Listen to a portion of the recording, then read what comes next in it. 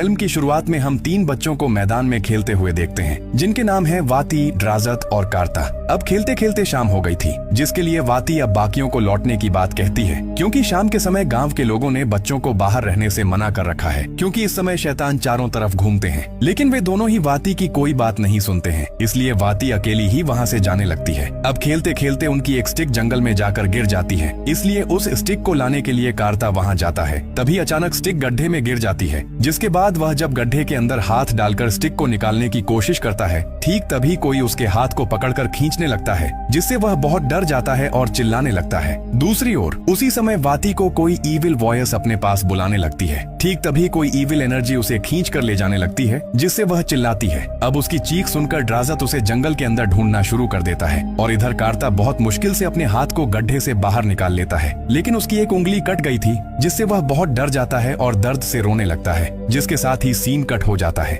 इसके बाद हमें 30 साल बाद का सीन दिखाया जाता है, जहां हम 2 लड़कों को दौड़ते हुए देखते हैं, जो उनके स्कूल के लिए लेट हो गए थे, जिनके नाम हैं सामान और आदि। अब दौड़ते दौड़ते उनकी मुलाकात कार्ता से होती है, जो पूरा पागल जैसा हो गया था, जिसके लिए वह अब जंगल के अंदर रहता था। इसके बाद वे दोनों स्कूल पहुंचते हैं, जहां उनकी टीचर मिस वोरो उन पर बहुत गुस्सा हो जाती है, क्योंकि वे रोज की तरह आज भी लेट हो गए थे, जिसके लिए मिस वोरो उन्हें क्लास के बाद पनिशमेंट देती है। ठीक तभी वहाँ उनकी क्लासमेट आयु चली आती है, जो मिस वोरो के पास अपना होमवर्क चेक कराने आई थी। यहाँ हम जानते हैं कि आयु मिस वोरो की फेवरेट स्टूडेंट थी, जिसे वह अपना एक पेन गिफ्ट करती है। अगले सीन में हम सामान और आदि को मिस्टर मार्तो के शॉप पर जाते हुए देखते हैं, जहाँ सामान को रोज हनी डिलीवर करना होता था, लेकिन आज नींद से उठने में लेट होने के कारण वह हनी डिलीवर करना भूल गया था। इसलिए मिस्टर मार्तो उसे लास्ट वार्निंग देकर कहते हैं, अगर इसके बाद भी वह हनी डिलीवर करना भूल जाता है तो वह उसके बड़े भाई साम्यून के पास उसके नाम की शिकायत करेगा। इसके बाद हम आयु को देखते हैं। आयु मिस्टर मार्तो की बेटी है, जो अपने अंकल को खाना देने जा रही थी, जहां हम जानते हैं कि आयु का अंकल और कोई नहीं कार्ता ही था, जिसे वह रोज खाना देने जाती थी।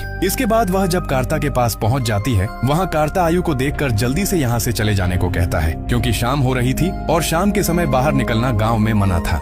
इसके बाद हम सामान को छोड़कर बाकी सभी बच्चों को मस्जिद के अंदर देखते हैं, जहां उस्ताद जी उन्हें कुछ अच्छी अच्छी बातें सिखा रहे थे, जैसे कि उन्हें शाम के समय बाहर नहीं निकलना चाहिए, क्योंकि उस समय शैतान चारों तरफ घूमते हैं इंसानों को नुकसान पहुंचाने के लिए। इसके अलावा उन्हें अजान के समय ही मस्जिद में आना चाहिए, जिससे उनके अंदर डिसिप्लिन पैदा होगा। इसके बाद हम सामान को उसके घर पर देखते हैं, जो अपनी ग्रैंडमा को खाना खिला रहा था, क्योंकि उसकी ग्रैंडमा पैरालाइज्ड थी। ठीक तभी सामान का बड़ा भाई साम्यून घर लौटता है, जो हनी डिलीवर न होने के कारण सामान पर बहुत गुस्सा हो जाता है और उसे थप्पड़ तक मार देता है, जिसके बाद वह उसे कहता है अगर इसके बाद भी वह हनी डिलीवर करना मिस करता है तो वह उसे और नहीं छोड़ेगा। इसके बाद साम्यून काम के लिए शहर की ओर निकल पड़ता है, जो कुछ दिनों बाद घर लौटेगा। अब उसी मोमेंट सामान घर में एक ईविल शैडो को देखता है, जो अचानक से गायब हो जाती है, जिससे सामान सोचता है कि उसने शायद कुछ गलत देखा है। अगले दिन सुबह सामान 2 हनी की बोतल्स लेकर स्कूल जाता है, ताकि वह स्कूल से लौटने के रास्ते में एक साथ दोनों डिलीवरी कर सके। लेकिन आज भी वे दोनों स्कूल आने में लेट हो गए थे, जिसके लिए मिस वोरो उन पर फिर से गुस्सा हो जाती है और दोबारा उन्हें पनिशमेंट देती हैं। अब शाम के समय उनका पनिशमेंट खत्म हो जाता है, तो वे दोनों वहां से निकल जाते हैं, जहां उन्हें कोई कॉन्टेस्ट देखने जाना था,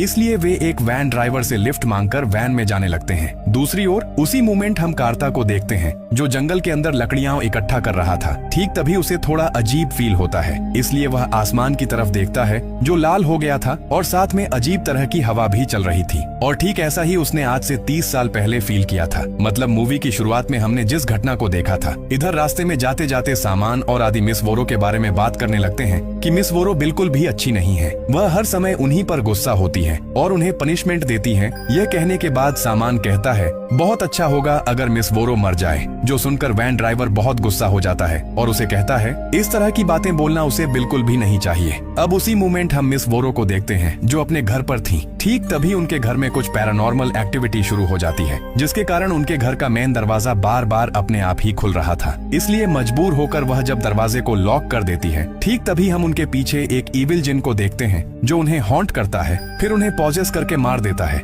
जिसका मतलब सामान की इच्छा यहाँ पूरी हो गई थी। दूसरी ओर उसी समय वैन ड्राइवर जब यह बात जानता है वह जल्दी से गांव लौट आता है, जहाँ सामान और आदि जब घटना को जानते हैं तब सामान थोड़ा अपसेट हो जाता है, क्योंकि आज ही उसने मिस वोरो के मर जाने की बात कही थी। इनफैक्ट आदि सामान को कहता है कि उसके कहने से ही मिस वोरो मर तो नहीं गई, जिस पर सामान उसे कहता है कि यह कभी भी संभव नहीं है, मुंह से बोलने पर कोई मर नहीं जाता। नेक्स्ट सीन में हम ग्रामवासियों को मिस वोरो का फ्यूनरल करते हुए देखते हैं, जहां हम देखते हैं कि मिस वोरो का घोस्ट सामान को हॉन्ट करने लगता है, जिससे वह बहुत डर जाता है और घर चला आता है। अब घर के अंदर भी सामान बार बार मिस वोरो के घोस्ट को देख रहा था, जिसे वह अपनी गलत फहमी मानकर जब आंखों और मुंह पर पानी देने जाता है, ठीक तभी वह ईविल जिन आकर उसे पॉजेस कर लेता है। अब उसी दिन रात में हम गांव के पुलिस ऑफिसर डाल रहीम, सिक्योरिटी अमीन, मार्तो और उसकी बेटी आयु को देखते हैं, जो नई टीचर निंगसी को पिक करने आए थे। अब डाल रहीम मिस निंगसी से पूछता है कि उसे तो दिन में आना था, लेकिन वह इतनी रात में आई है, जिस पर मिस निंगसी उन्हें बताती हैं असल में वह रास्ता भटक कर दूसरे गांव चली गई थी, जिसके कारण उसे आने में इतना लेट हुआ है। इसके बाद हम डाल रहीम को उसका बाकियों के साथ इंट्रोडक्शन कराते हुए देखते हैं, जहां हम कार्ता को भी देखते हैं, जो छुपकर उन पर नजर रख रहा था और उसे देखकर बहुत चिंतित लग रहा था। अब अगले दिन सुबह सामान स्कूल नहीं आता है, जिसके लिए आदि को ही अकेला स्कूल आना पड़ता है, जो फिर से लेट हो गया था। लेकिन नई टीचर मिस निंगसी उस पर जरा भी गुस्सा नहीं होती है। दूसरी ओर हम सैम्यून को देखते हैं, जो मार्तो के शॉप पर जाकर हनी के लिए पैसे लेने जाता है,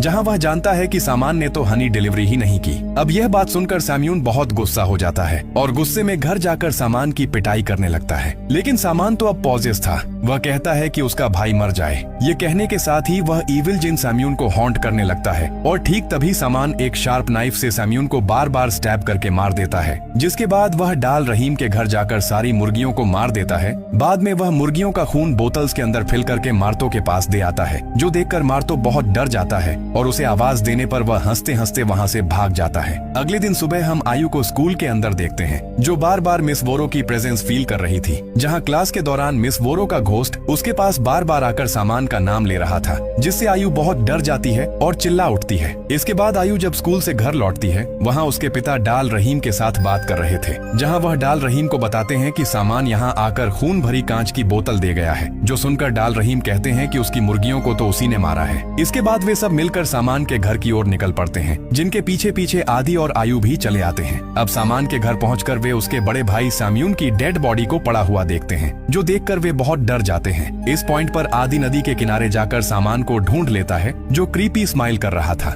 जिसके बाद वे सब मिलकर उसे डाल रहीम के घर लेकर आते हैं, जहां वह कोई बात नहीं बोल रहा था, सिर्फ एक तरह का गुनगुना रहा था। वहां ग्रामवासियों के साथ साथ मिस निंगसी भी चली आती हैं, जो उनसे कहती हैं कि वह उससे बात करना चाहती हैं, ताकि वह कुछ जान सकें। जिसके बाद वह कमरे के अंदर जाकर कुछ ही देर में वापस आती हैं, जहां वह बताती हैं कि सामान कुछ नहीं बोल रहा है, सिर्फ गुनगुना रहा है। कार्ता भी वहां था, जो दूर से सभी बातों को ऑब्जर्व कर रहा था। नेक्स्ट सीन में हम फिर से सामान को देखते हैं, जो सैम्यून और मिस वोरो के घोस्ट को देखता है, जो उसे कहते हैं चले जाओ। जिसके बाद सामान अपने गले में रस्सी डालकर आत्महत्या कर लेता है। इसके बाद सामान की बॉडी को दफनाया जाता है, जहां आदि और आयु बहुत टूट जाते हैं, जिन्हें मिसेस निंगसी संभालती है। इसके बाद हम क्लास के अंदर आदि को उदास होकर बैठे हुए देखते हैं, जिसके पास मिस निंगसी आकर कहती हैं कि अब उसे मूव ऑन करके अपनी पढ़ाई की तरफ ध्यान देना चाहिए। जिसके बाद वह उसे यहीं बैठकर अपना होमवर्क कर लेने को कहती है, जिस पर आदि राज्य हो जाता है। इसके बाद शाम होने पर स्कूल का प्यून मिसेस निंगसी को स्कूल बंद करने की बात कहकर आदि को घर भेज देने को कहता है, जिस पर मिस निंगसी उसे कहती हैं कि वह खुद ही आदि को घर छोड़ देंगी। इसके बाद वह स्कूल से बाहर निकलने से पहले आदि को प्रे कर लेने को कहती है, जिस पर आदि जब प्रे करके बाहर निकलता है, वह वहाँ सामान के घोस्ट को देखता है, जो उसे हॉन्ट करता है, और ठीक तभी आदि पॉजेस हो जाता है। इसके बाद पॉजेस स्टेज में वह घर में भी दीवारों पर सिर पीटने लगता है, जहाँ उसके घर में भी कार्ता एक ताबीज को लटकाने लगता है, जैसा हमने सामान के घर में देखा था, जिसे आदि के पिता देख लेते हैं और उसे वहाँ से भगा देते हैं। अगले दिन सुबह स्कूल के अंदर आदि पूरी तरह से चुप रहता है, जहाँ स्कूल की छुट्टी के बाद क्लास के सभी बच्चे चले जाते हैं, पर वह वहीं बैठा रहता है। यह देखकर आयु उसके लिए थोड़ी चिंतित हो जाती है। जिसके बाद आयु जब घर लौट रही थी, ठीक तभी वह फिर से मिस वोरो के घोस्ट को देखती है, जो इस बार आदि का नाम लेती है, जो सुनकर तुरंत आयु क्लास के अंदर आदि है या नहीं चेक करने जाती है, लेकिन वहाँ कोई नहीं होता है, इसलिए वह तुरंत उसे ढूंढने निकल जाती है, लेकिन आदि कहीं नहीं मिलता है। ठीक तभी हम आदि को देखते हैं, जो एक बच्चे को बुलाकर जंगल के अंदर चला जाता है।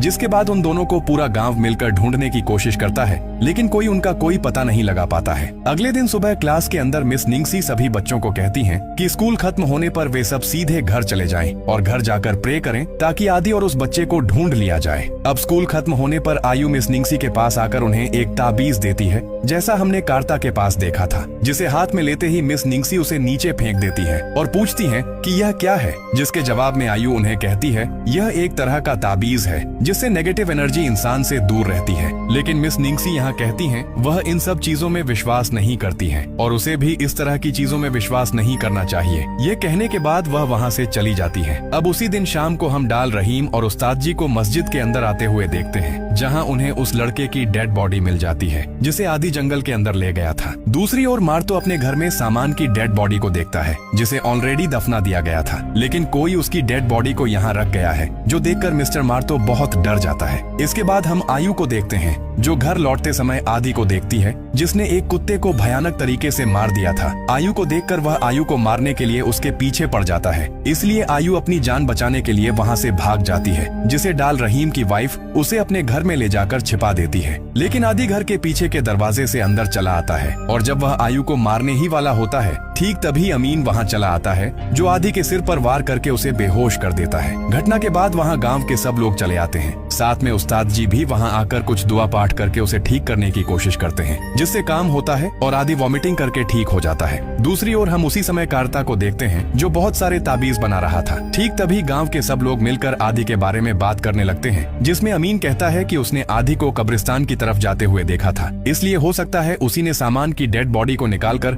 मार्तो के घर पर रखा हो। अब आदि के पिता सबको कहते हैं कि उसने कार्ता को उसके घर में एक तरह का ताबीज लटकाते हुए देखा था, इसलिए हो सकता है उसी ने कोई ब्लैक मैजिक करके ये सारी घटनाएं करवाई हों। जो सुनकर गांव के सब लोग बहुत गुस्सा हो जाते हैं और कार्ता के घर जाकर उसे मारना पीटना शुरू कर देते हैं, लेकिन उसी मूवमेंट डाल रहीम सबको रोक देता है और कार्ता को उसके घर में कैद करके रखने को कहता है ताकि वह इस मामले की इन्वेस्टिगेशन कर सके। दूसरी ओर हम आयु को देखते हैं जो घर पर थी और ट्रॉमा के कारण बहुत बीमार पड़ गई थी, जहां वह अपने पिता मार्तो को कहती है अंकल कार्ता ने कोई गलती नहीं की है, जो सुनकर फिलहाल मार्तो कुछ समझ नहीं पाता है। ठीक तभी आयु से मिलने मिस निंगसी उनके घर आती है, जिन्हें देखकर आयु बहुत डर जाती है। इस पॉइंट पर निंगसी आयु को कहती हैं कि वह कार्ता के घर गई थी, जहां उन्हें पता चला है कि आयु रेगुलर वहां जाती है और यही कहानी का असली ट्विस्ट रिवील होता है। अब फ्लैशबैक में कार्ता आयु को कहता है उस दिन आकाश का लाल हो जाना और अजीब तरह की हवा का चलना, यह उसने 30 साल पहले भी फील किया था, इसलिए उसके अंदाज से मिस निंगसी असल में एक ईविल जिन है जिसे ब्लैक मदर भी कहा जाता है, जो बच्चों पर फीड करती है। इसलिए कंफर्म करने के लिए वह आयु को एक ताबीज देकर कहता है कि वह मिस निंगसी को यह ताबीज दे, जिसे लेने के बाद अगर वह रिएक्ट करती है तो कंफर्म हो जाएगा कि वह असल में एक जिन है। और इसीलिए उस दिन आयु ने उन्हें एक ताबीज दिया था, जिसे हाथ में लेते ही मिस निंगसी ने फेंक दिया था। अब प्रेजेंट में मिस निंगसी खुद ही स्वीकार कर लेती है कि वह सच में एक जिन है। उसी ने सामान को सुसाइड करने के लिए कहा था और मिस वोरो को भी उसी ने मारा था, साथ ही आदि को भी पॉजेस किया था। जिसके बाद वह आयु को डराने लगती है और कहती है